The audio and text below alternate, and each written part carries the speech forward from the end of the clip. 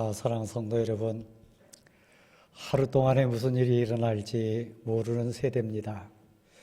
한 주간 삶 속에 어떤 사건이 일어날지 두렵고 떨리는 그런 세태가 우리들이 사는 현장입니다. 뉴스 통해서 아시듯이 저 남태평양 중앙에 있는 조그마한 섬나라 통가라고 하는 나라가 있는데 세계 기압의 변화를 구조를 변화시킬 만큼 큰 바닷속 화산이 폭발해 가지고 온 세계가 깜짝 놀랐습니다. 자연재앙이 이렇게 무서운지 모두가 두려움과 떨림으로 가슴 졸였던 한 주간의 삶이었습니다. 바다에만 그런 일이 있는 거 아닙니다. 저 다른 나라, 섬나라에만 일어난 무서운 재앙이 있는 것 아닙니다. 우리나라에서 땅 위에 있는 지상에서 일어난 무서운 사건도 지난 주간에 있었습니다. 저 광주에 대기업 건설사가 시공했던 39층짜리 고층 아파트 시공하는 과정 속에 무너져가지고 귀한 생명들이 안타깝게 이 세상을 떠나고 아직도 찾지 못한 가운데 있습니다. 죄지요.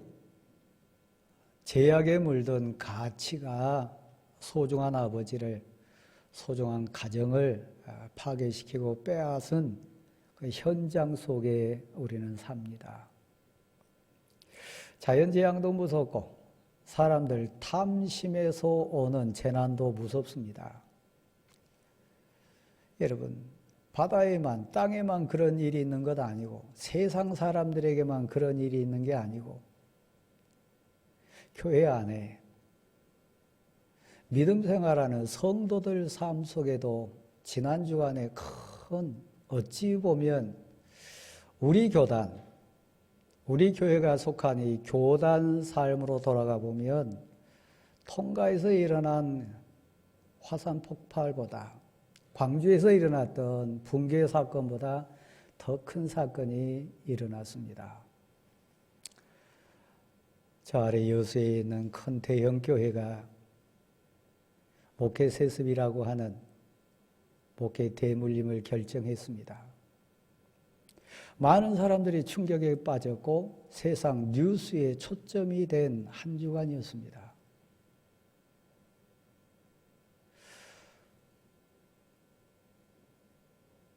여러분은 어떻게 보시고 어떻게 이해하신지 모르겠습니다. 혹시 여러분 가운데도 제가 목사고 제 아들이 목사니까 저 강 목사도 그러지 않을까 그렇게 의심하신 분도 계실 것 같아요. 그 교회에서 한국교회 앞에 우리 교단 앞에 법을 무너뜨리고 질서를 무너뜨리면서 변명한 내용은 이렇습니다. 아들이 와야 교회가 안정된다. 그래야 교회가 안정돼서 부흥한다. 그 부흥이 진짜 부흥일까요? 그 평화가 진짜 하나님이 원하시는 평화일까요? 사역했던 그 목사님에게 최고의 모욕적인 말이 있다면 아들이 와야 이 교회가 평안하다. 아들이 후임자가 돼야 이 교회가 부흥한다. 그 얘기만큼 치욕스럽고 모욕적인 말이 어디 있을까요? 그곳에 하나님의 역사, 하나님의 주권, 하나님의 은혜보다는 사람에 의해서 됐다는 얘기입니다. 믿음의 공동체는, 은혜의 공동체는 사람이 주관하는 공동체 아닙니다. 하나님이 주인이시고 하나님이 주권자십니다. 목회자 대물림만 그렇습니까? 성도의 사업은 어떻습니까? 성도의 삶은 어떻습니까? 여러분의 신앙 수준이 믿음의 가치 끝자락이 이 땅에서 잘 먹고 잘 입고 부귀영화 누리는 형통이 신앙의 가치라면 그건 가짜입니다. 이 세상 부귀, 이 세상의 형통은 신앙의 본질 아닙니다. 그건 보너스입니다. 그렇죠? 하나님이 하나님 대신 하나님이 하나님의 뜻을 이루어가는 공의와 정의는 신앙 가치의 핵심입니다. 모든 이 시대의 한국교회 목회자가 대물림하는 건 아닙니다.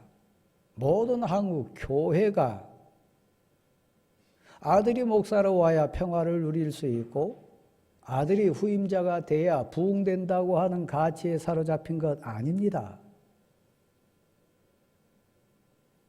적어도 교회 안에서만큼은 공정과 정의라고 하는 가치가 하나님의 임재 속에 고백되어야 신앙 공동체 아니겠습니까? 나는 하나님이 두렵습니다. 하나님은 만왕의 왕이십니다. 있게도 하시고 없게도 하시고 높이기도 하시고 낮추기도 하시고 하늘 창고를 여셔가지고 쏟아 부어주시기도 하시고 그 주권을 저는 믿습니다. 이 고백하는 자가 성도 아니겠습니까? 눈에 보이는 복은 사실 그림자일 뿐입니다. 영생이요, 영원한 생명이요, 천국이요, 진리요. 그것은 사실 물질 가치하고는 좀 차이가 있습니다. 모든 사람이 공정과 정의와 진실이라고 하는 곳에 멀리 있는 것 아닙니다.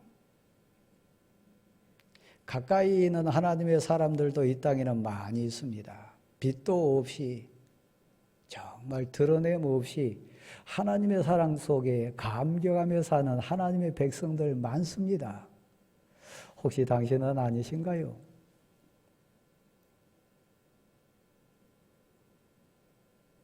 저는 지금 통증을 느낍니다.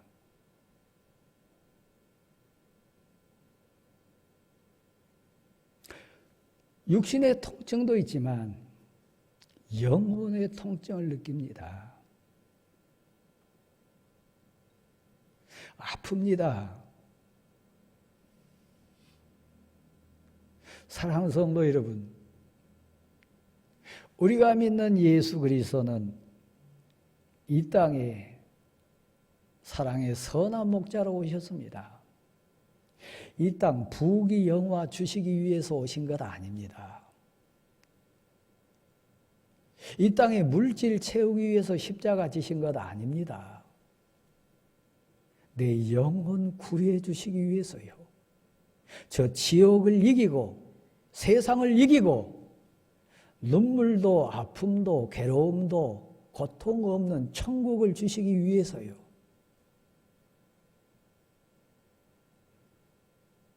여러분 이 시대의 바리새인 아닙니다. 여러분 이 시대의 사두개인 신앙인 아닙니다. 부활이 없는 것처럼 신앙생활 하시면 안 됩니다.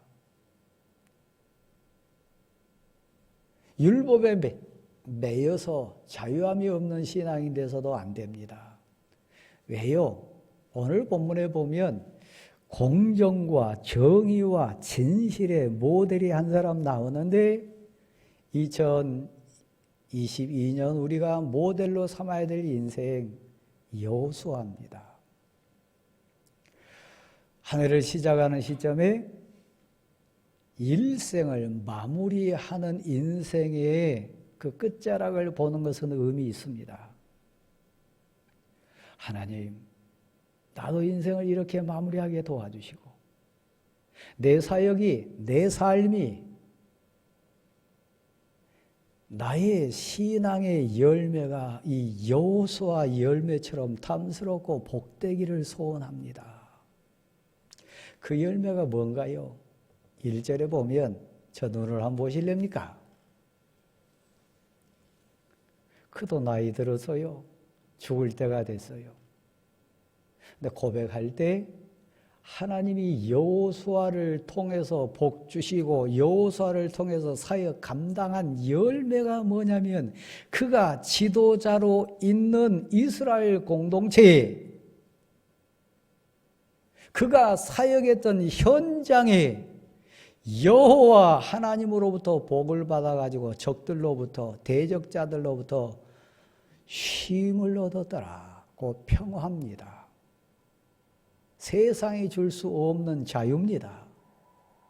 지도자의 영광, 한 가문의 영광, 한 일꾼의 복이 뭐냐? 그의 사역을 통하여, 그의 삶을 통하여, 그가 헌신했던 공동체, 그가 몸담았던 지도자로 사역했던 그 사역 현장에 쉼이 열매로 열렸다는 거예요.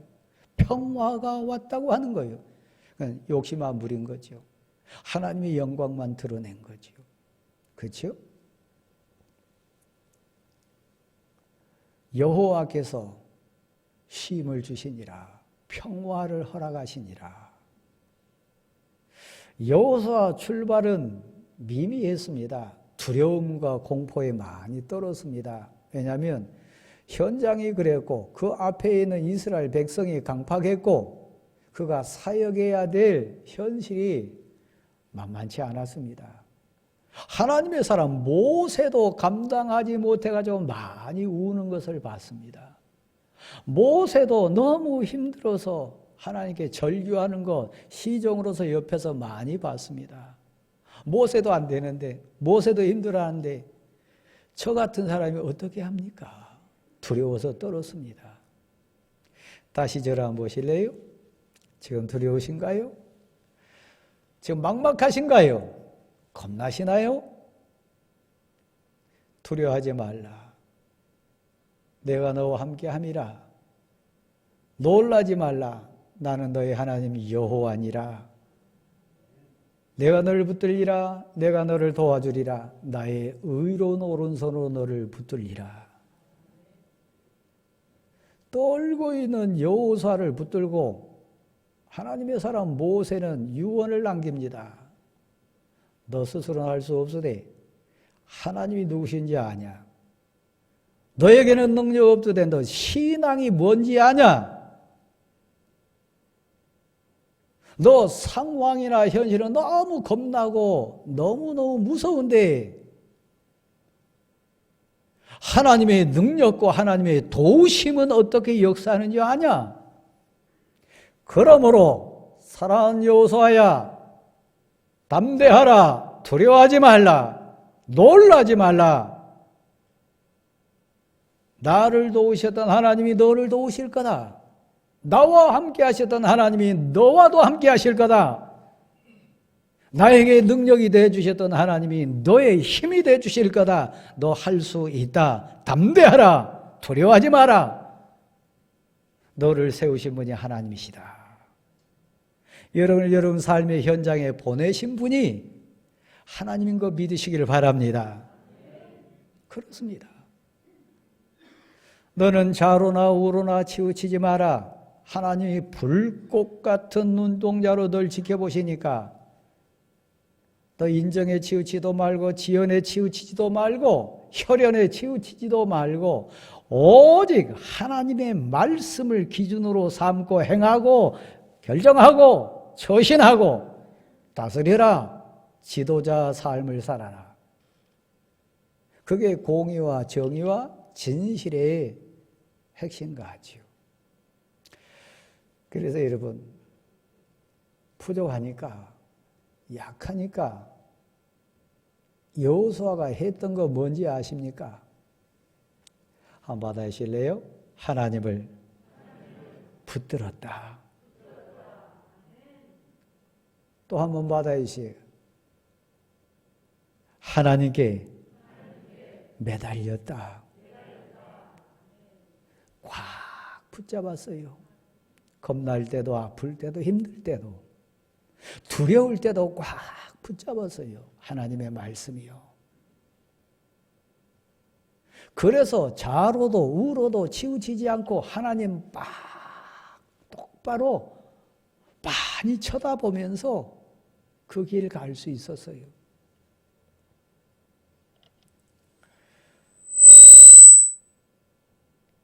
사랑하는 성도 여러분, 여호수아서 10장을 여러분이 가서 한번 읽어보시면 하나님이 얼마나 여호수아를 위해 복을 주시고 유의해 주셨는지 압니다.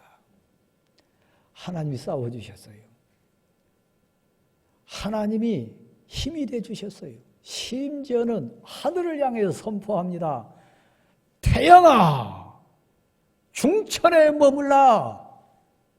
나 하나님께 보냄받은 사람, 하나님을 대신하여 사역 감당한 사람, 하나님이 맡긴 하나님의 백성을 인도해야 될 하나님의 일꾼이라.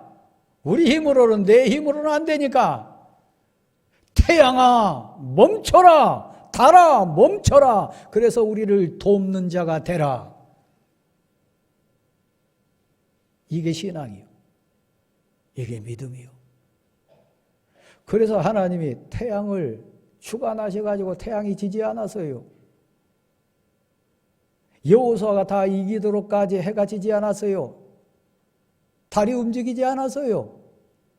이게 하나님의 사람입니다. 기도의 사람입니다. 나 부족하니까, 하나님 나 약하니까 하나님 내 힘이 돼주세요. 하나님을 꽉 붙들고 늘어지는 하나님의 사람이 받은 복입니다. 그 복을 원합니까? 여러분 육신의 몇 억을 더 원하십니까? 선택하라면 여러분 어느 쪽 선택하실래요? 여호와께서 싸우시니라. 여호와께서 위해 주시니라. 여호와께서 이기게 하시니라. 다윗뿐만 아니라 여호수아뿐만 아니라 수많은 성경의 인물들에게 하나님의 도우심에 대한 고백은 그거예요. 저는 요즘 가슴으로 많이 고백합니다. 시편 71편 3절 말씀이요. 주께서 나를 구원하라 명령하셨으니 이는 그가 나의 반석이요 나의 방패이심이니이다. 주께서 나를 구원하라 명령하셨어요. 주께서 나를 치료하라 명령하셨어요. 주께서 나를 이기게 하라 명령하셨어요. 우리 그런 사람, 기도하는 여러분요, 여러분 안에 성령님이 거하신 거 믿으시기 바랍니다. 여러분 안에 하나님이 동행하신 거 믿으시기를 바랍니다. 우리 단순한 사람 아닙니다. 성령의 사람이요, 하나님의 사람이요. 기도할 때, 말씀을 묵상할 때, 찬송할 때 하나님이 나와 함께 하세요.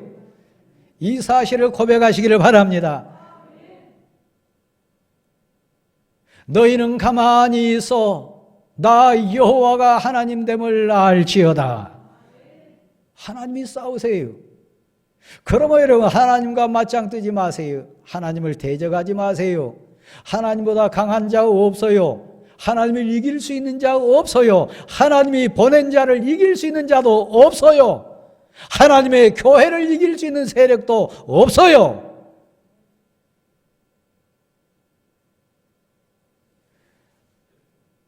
너희는 가만히 있어. 인간적인 방법 쓰지 마세요. 세상적인 겉모습을 쓰지 마세요. 너희는 가만히 있어. 나 여호와가 하나님됨을 알지어다. 하나님이 싸우세요. 당장은 망한 것 같고, 당장은 진 것 같고, 당장은 부끄러운 것 같고, 당장은 처절하게 실패한 것 같으나 하나님은 천가지 만가지 방법을 동원해가지고 결론은 하나님의 영광이 되게 하세요. 하나님이 싸운 사람, 성도요. 하나님이 위에서 대신 싸워주는 사람, 하나님의 사람이요. 나는 기도할 뿐이라. 나는 하나님께 구할 뿐이라. 나는 하나님을 의지할 뿐이라. 하나님이 다 아세요. 하나님이 다 보세요. 다 살피고 계세요. 우리 행동을 달아보시는 하나님이요. 그래서 부러워요. 저 여수의 대형교회 목회자로 하셨던 그 목회자 힘있게 사역할 때는 성령 사역자로 그러지 않았겠어요? 그 정도 부흥이 일었으면 역사도 일어났지 않겠어요? 마무리가 아름답지 않아요. 처음도 아름답고 중간도 아름답고 마무리도 아름답고 처음도 덕을 세우고 마지막도 영광 돌리고 처음도 감사하고 마지막도 영광 돌릴 수 있는 감사로 공동체 앞에 후손 앞에 하나님 앞에 설 수 있는 인생, 진정 복받은 인생 아닙니까?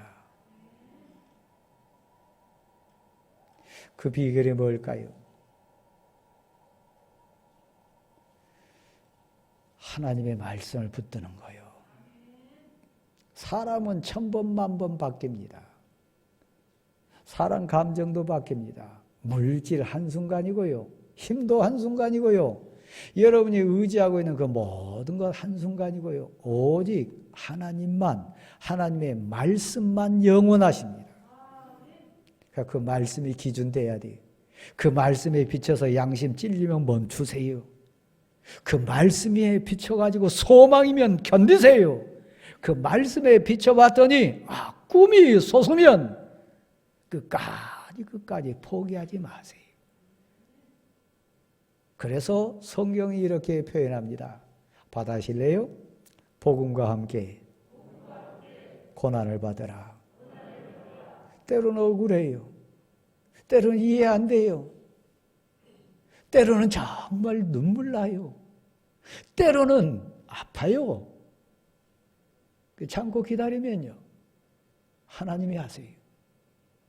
하나님이 사람도 붙여주시고 지혜도 주시고 그때가 되면 하나님이 열매 맺게 해주세요. 이 사람 찾아야 되고 저 사람 찾아야 되고 이 얘기하고 저 얘기하고 그것은 세상 가치입니다. 하나님이 칭찬하시는가? 하나님이 기뻐하시는가?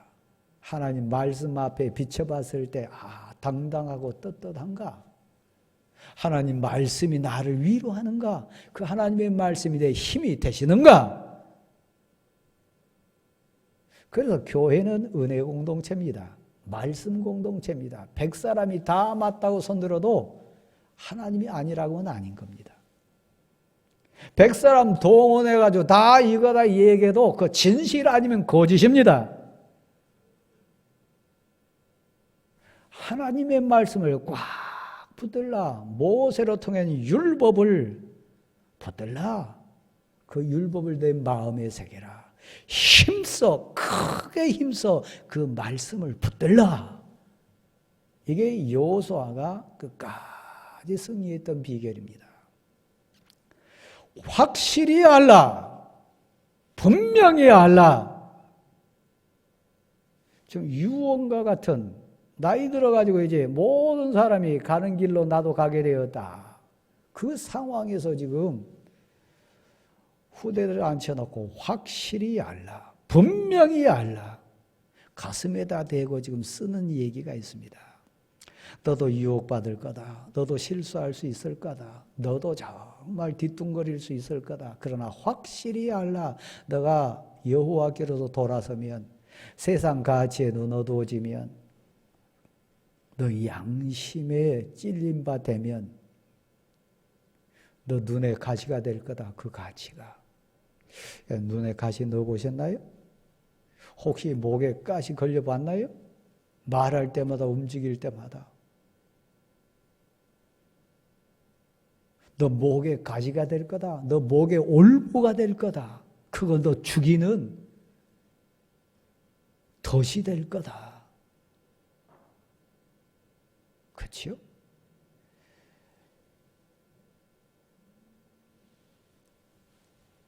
사랑하는 성도 여러분, 그 세상 가치로 돌아가면 너 옆구리에 너무너무 통증이 심한 아픈 채찍이 될 거다. 하나님 떠나면 그렇게 돼요. 확실히 알라. 분명히 알라. 보라. 하나님의 말씀이 하나라도 빠진 것이 있더냐? 선하신 하나님의 약속에 하나로 흐트러짐이 있더냐? 아니라 그랬습니다. 근데 보라, 다시 보라. 선한 말씀도 어그러짐 없이, 흐트러짐 없이, 하나도 빠짐없이 이루어진 것처럼 불길한 말씀도, 여기 불길한 말씀은 뭡니까? 심판의 말이요. 무서운 심판의 말도 그대로 이루어지리라. 너를 멸하시리라. 여호수아가 우리 부러운 거예요. 왜 부러웠습니까? 사역 현장에 있을 때도 그렇지만 사역을 마무리할 때도 그 인생은 아름다웠어요. 사역을 내려놓을 때도 덕이 됐어요.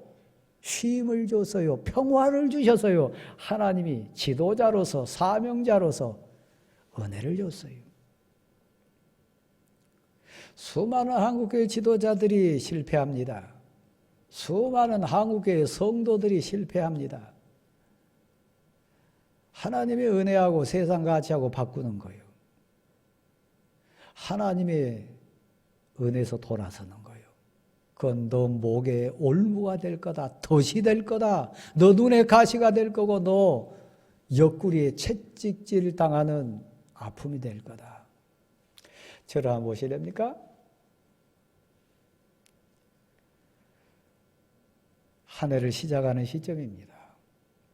한 해 어떻게 마무리하기를 원하십니까? 저나 우리 모든 인생을 마무리할 겁니다. 우리 천년 사는 인생 아니니까요. 하나님 앞에 다 설 겁니다. 심판자 되신 하나님 앞에 다 설 겁니다. 돈 자랑할 거 아니에요. 환경 내놓을 거 아니에요. 진실, 생명, 하나님의 말씀에 따른 신앙의 양심, 착하고 충성된 종아 잘하였도다. 이거 칭찬받는 거예요. 물질 아닙니다. 환경 아닙니다. 배경 아닙니다. 신앙 양심이요. 저는 우리 교역자들하고 얘기할 때 입에 침이 마르도록 계속 눈물로 권고합니다. 목회자 가치가 뭐냐? 둘 있는데 하나는 진실이고 하나는 성실이다. 예할 때 예하고 안유할 때 안유할 수 있어야 되고, 어제는 우리 교역자 회의하면서 저 그 말씀 인용했습니다. 요한복음 10장에 있는 마지막 부분에 있는 말씀이에요. 세례 요한에 대한 얘기였어요. 그 현장에 세례 요한은 이적 행하지 않았습니다. 능력 행하지 않았습니다. 엄청난 역사를 이룬 것 아닙니다. 그런데 예수 그리스도에 대해서 말한 것은 다 참이었어요. 신앙 양심은 순수했어요. 그래서 성경이 세례 요한을 평가할 때 여자가 낳은 자 중에 가장 큰 자라고 했어요. 그리고 그 단락의 마지막 부분은 그러므로 그리하여 그곳에서 수많은 사람이 예수 그리스도를 믿으니라. 결론이요. 집안의 어르신입니까? 교회 지도자입니까? 여러분 많이 일 안 해도 괜찮아요. 엄청난 능력을 행하지 않아도 괜찮고 엄청난 환경 물려주지 않아도 괜찮아요. 진실, 신앙의 양심, 진실할 수 있다면, 말씀 앞에 진실할 수 있다면 하나님이 일하세요. 하나님이 대신 싸워주세요. 제가 제 형제들한테 눈물을 흘리면서 고백했습니다. 만약에 제가 우리 형제들이 잘난 형제들이었다면, 제 배경이 좋았다면 저는 대관께 20번 이상도 사임했을 겁니다. 배경 믿고 힘들어서. 그러나 환경 배경이 안 되니까 아파도 괴로워도 힘들어도 끝까지 하나님 붙들고 늘어졌습니다. 그게 힘이요. 여러분 돈 있습니까? 배경 좋습니까? 그렇다면 비례해서 하나님의 은혜는, 하나님의 능력은 여러분에게서 멀어져요. 기도가 그만큼 얕아지니까요. 하나님을 죽어라 붙드는 힘이 약해지니까요. 진짜 없어 보세요. 진짜 약해 보세요. 진짜 아파 보세요. 그럼요. 누구 붙듭니까? 붙들 분 하나님밖에 없습니다. 근데 하나님 힘이 되시면요, 용기 나요. 당당할 수 있어요. 평안할 수 있어요. 여러분이 올 한 해 그런 인생 될 수 있기를 간절히 소원합니다.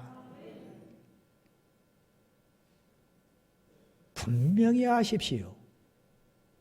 세상같이 의지하면 그게 여러분 눈에 가시 됩니다.